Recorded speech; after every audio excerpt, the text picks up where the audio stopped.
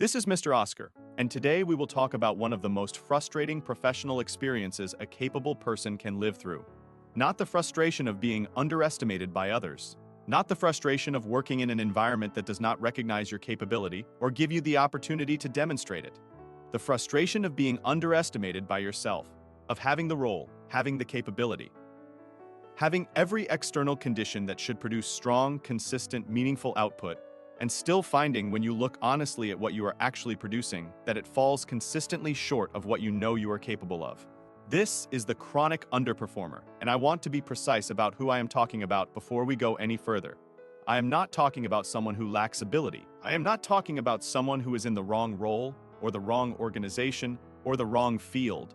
I am talking about the specific, painful, deeply recognizable experience of a person who knows, not hopes, not suspects, but genuinely knows that what they are producing does not reflect what they are capable of producing, and who cannot fully explain why the gap between those two things refuses to close. If you are that person, or if you lead, manage, or work alongside that person, this conversation is for you. I want to tell you about a man I will call Richard. Richard came into my orbit about 4 years ago through a mutual professional connection. He was in his early 40s, 15 years into a career in financial services. By every external measure, he was solid, respected, reliable, consistently competent. He had never been fired, had never produced work that was genuinely poor, had maintained his position and his reputation through organizational changes, market shifts, and the various upheavals that test professional staying power. But Richard had also never been promoted beyond a certain level, had never produced the kind of work that got talked about, had never quite become the professional that his early career had suggested he would become, the one his first manager had described. In a performance review, Richard still remembered word for word 15 years later as someone with the potential to be genuinely exceptional. That word, exceptional, had followed Richard like a ghost. He had heard versions of it throughout his career, in performance reviews that praised his capability while quietly noting that his output did not fully reflect it. In conversations with mentors who could see clearly what Richard was capable of and could not understand why it was not showing up more consistently in his work. When I sat with Richard and asked him to describe honestly what his working days actually looked like, not what they were supposed to look like, but what they actually looked like, what he described was a pattern I recognized immediately. He was present, he was engaged, he was doing the work, but he was doing it at a level of effort and investment that was calibrated, unconsciously, automatically, consistently, just below the threshold that would produce genuinely outstanding output, just below the level that would make him fully visible, just below the level that would make his performance impossible to overlook. He was not slacking.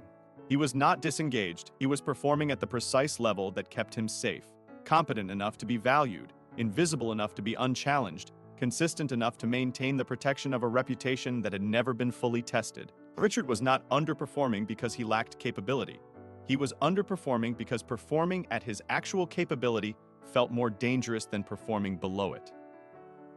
The psychological architecture of chronic professional underperformance is documented across several bodies of research that together explain not just what is happening, but why the pattern is so persistent and so specifically calibrated to stay just below the threshold of genuine visibility. The first and most foundational explanation comes from the work of Dr. Marianne Williamson, not a research psychologist but a writer and speaker whose observation about human behavior has been confirmed by decades of subsequent psychological research. Williamson wrote that our deepest fear is not that we are inadequate. Our deepest fear is that we are powerful beyond measure. What Williamson was pointing at, and what the research has since documented with precision, is that for a significant proportion of capable people, the genuine exercise of their full capability feels more threatening than the protection of performing below it, because full capability is fully visible, and full visibility is fully exposed. And full exposure means the judgment, the expectation, the responsibility, and the potential disappointment that come with being someone whose capability has been fully confirmed and can now be fully relied upon.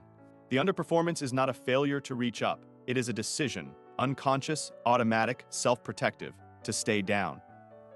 Dr. Hendricks, whose upper limit research I have referenced multiple times on this channel, called this the zone of excellence trap. He found in his clinical work that many chronically underperforming professionals are not stuck below their competence level. They are stuck in their zone of excellence, performing consistently well enough to be valued and consistently short of their zone of genius, the level at which their work would be genuinely exceptional and genuinely transformative. And the reason they stay in the zone of excellence rather than moving into the zone of genius is not lack of capability. It is that the zone of excellence is safe. It has been validated. It has a known ceiling and a known floor. The zone of genius is unknown territory, and unknown territory triggers the same threat response that Porges's polyvagal research identified: the nervous system's automatic redirection away from perceived danger and toward the familiar safety of the known. The second body of research comes from Dr. Robert Kegan and Dr. Lisa Laskow-Lahey at Harvard University, whose immunity to change framework I introduced in the non-completion conversation on this channel. Kegan and Lahey found through decades of research that what looks like underperformance, what looks like a person failing to apply their capability fully, is almost always the result of a hidden competing commitment that directly contradicts the stated goal of performing at full capacity. The professional who says they want to produce exceptional work and consistently produces merely good work is not failing to pursue the stated goal. They are successfully pursuing a hidden goal, a goal that is typically rooted in one or more of the following deeply held fears. The fear that exceptional performance will produce expectations they cannot sustain, that the bar will be permanently raised and the pressure to maintain it will become unbearable. The fear that exceptional performance will expose them to a level of visibility and scrutiny that their sense of self cannot comfortably withstand. The fear that if they perform at their genuine ceiling and still fall short of some standard they have set for themselves, the verdict will be more devastating than the verdict produced by performing at a comfortable level below that ceiling.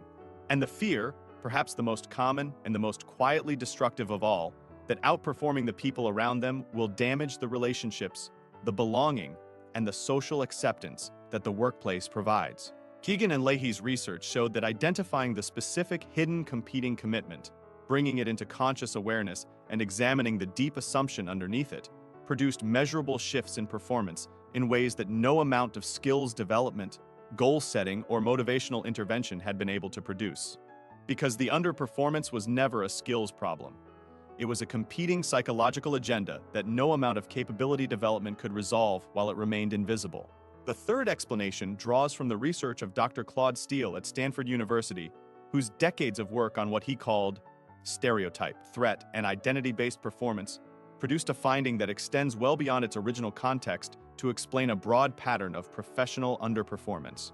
Steele found that performance is significantly influenced by the threat, real or perceived, that the outcome of the performance will confirm a negative belief about the person's capability or identity, and that this threat operates most powerfully not on people who believe they lack capability, but on people who care most deeply about being seen as capable. Because for those people, the stakes of underperforming are highest. What this means for the chronic professional underperformer is counterintuitive, but research confirmed. The people most likely to consistently perform below their capability in professional environments are frequently the people who care most intensely about being seen as capable. Because caring intensely about the outcome of the performance raises the psychological cost of attempting the performance at full capacity, and the nervous system, registering that elevated cost as threat, subtly and automatically reduces the investment to a level where the stakes feel more manageable. You perform below your capability not because the capability is insufficient, but because the capability is too important to you to risk testing at its actual ceiling. The fourth explanation addresses the organizational and environmental layer, because chronic professional underperformance is never purely an individual psychological phenomenon. It always occurs inside a context, and that context either supports or suppresses the expression of full capability in ways that most performance conversations never examine. Dr. Amy Edmondson at Harvard Business School spent decades studying what she identified as psychological safety in organizational environments, the degree to which people feel safe to take risks, voice dissent, make mistakes, and invest fully in their work without fear of punishment, humiliation, or exclusion. Edmondson's research found that psychological safety is the single strongest predictor of team performance she identified across decades of organizational research. More predictive than individual talent, more predictive than technical capability, more predictive than compensation or incentive structure. And her research documented something that directly explains the pattern of chronic underperformance in otherwise capable professionals. In environments with low psychological safety, environments where mistakes are punished, where visibility invites criticism rather than recognition, where the social cost of standing out is higher than the professional reward. Capable people systematically calibrate their performance downward to the level that the environment's safety level can sustain. They are not underperforming relative to the environment's expectations. They are underperforming relative to their own capability, because the environment has made performing at full capability feel genuinely unsafe. The chronic underperformer in a low psychological safety environment is not failing. They are rationally adapting, and the solution in that context is not purely psychological. It is environmental. Here is the practical framework, built across 4 specific interventions, each one addressing a different layer of the underperformance pattern. The first intervention addresses Kegan and Dr.'s hidden competing commitment. It is the most important piece of excavation work available for the chronic professional underperformer, and it requires genuine honesty to do properly. Write down your stated performance goal, the professional output level you say you want to reach. Now, write the answer to this question. If I consistently performed at my genuine ceiling, if my full capability was fully visible and fully confirmed, what specifically am I afraid would happen? Write the actual feared outcome, not the rational reassurance, the felt fear, the one that lives underneath the professional ambition rather than alongside it. That feared outcome is almost certainly the hidden competing commitment that is calibrating your performance downward. And Kegan and Dr.'s research shows that the simple act of naming it, of bringing it from the background operating system into conscious awareness, reduces its power over behavior measurably and immediately, because the competing commitment only functions as a behavioral instruction while it remains invisible. The second intervention addresses the upper limit problem and the zone of excellence trap. It is what I call a ceiling session, a deliberately structured single working session in which you commit to producing the best work you are genuinely capable of producing. Not a sustainable daily output level, a single session ceiling test. Choose one piece of work, one document, one presentation, one deliverable, and spend one focused session producing it at the absolute highest level you can access, not the level you normally produce at, the level you know is available to you when everything is working and you are holding nothing back. Then submit it, or share it, or make it visible in whatever way is appropriate to the work. The purpose is not the work itself. The purpose is the experience of performing at ceiling and surviving the exposure, of discovering, through direct experience rather than reassurance, that the feared consequences of full visibility either do not materialize or are survivable when they do. Hendricks' research shows that each experience of exceeding the upper limit without the feared catastrophe occurring raises the set point slightly. The thermostat recalibrates upward through evidence, and the ceiling session is the most direct way to produce that evidence. The third intervention addresses the psychological safety layer for people whose underperformance is significantly driven by environmental factors rather than purely internal ones. Edmondson's research prescription is specific. Psychological safety is not created top-down by organizational policy. It is created bottom-up through the accumulated experience of small interpersonal risks taken and survived. The individual contribution to creating a safer environment for yourself and for those around you begins with the deliberate, consistent act of making your own thinking and your own work slightly more visible than it currently is. One honest contribution in a meeting where you have been holding back. One piece of work shared before it is completely polished. One question asked that reveals genuine uncertainty rather than performed confidence. Each small act of professional visibility that does not produce the feared social consequence raises the felt level of psychological safety in the environment. Not for the organization, for you. Your personal experience of the environment's safety level is updated by your own behavior as much as by the organization's behavior. The fourth intervention is the one I consider most important for the long-term resolution of chronic professional underperformance, and it draws from the identity research of Dan McAdams that I have covered on this channel. The chronic underperformer's self-narrative, the story running in the background of every professional performance, almost always contains a specific and limiting chapter. A version of this sentence: I am someone with significant potential who has not yet fully expressed it. That narrative, however unintentionally, functions as a behavioral instruction to continue not fully expressing it, because the potential is the most valuable thing in the story.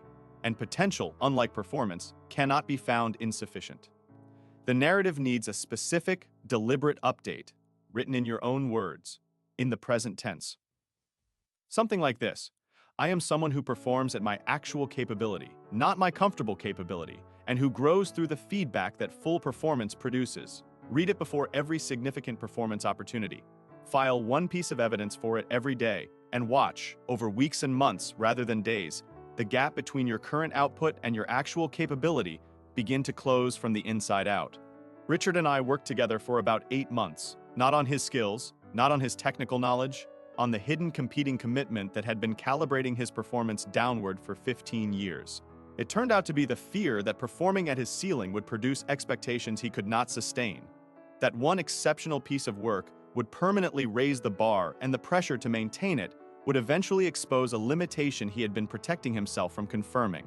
The moment he named that fear directly, the moment he said it out loud in a conversation rather than letting it run silently in the background, something visibly shifted, not immediately in his output, first in his posture toward his work, a slight increase in the investment, a slight decrease in the calibration, a slightly reduced pull toward the safety of the known output level. 6 months later, his manager used a word in his performance review that Richard had not heard applied to his work in over a decade: exceptional. Not because his capability had changed, because the hidden commitment to staying just below it had finally been seen clearly enough to stop running the show. Your capability has not gone anywhere.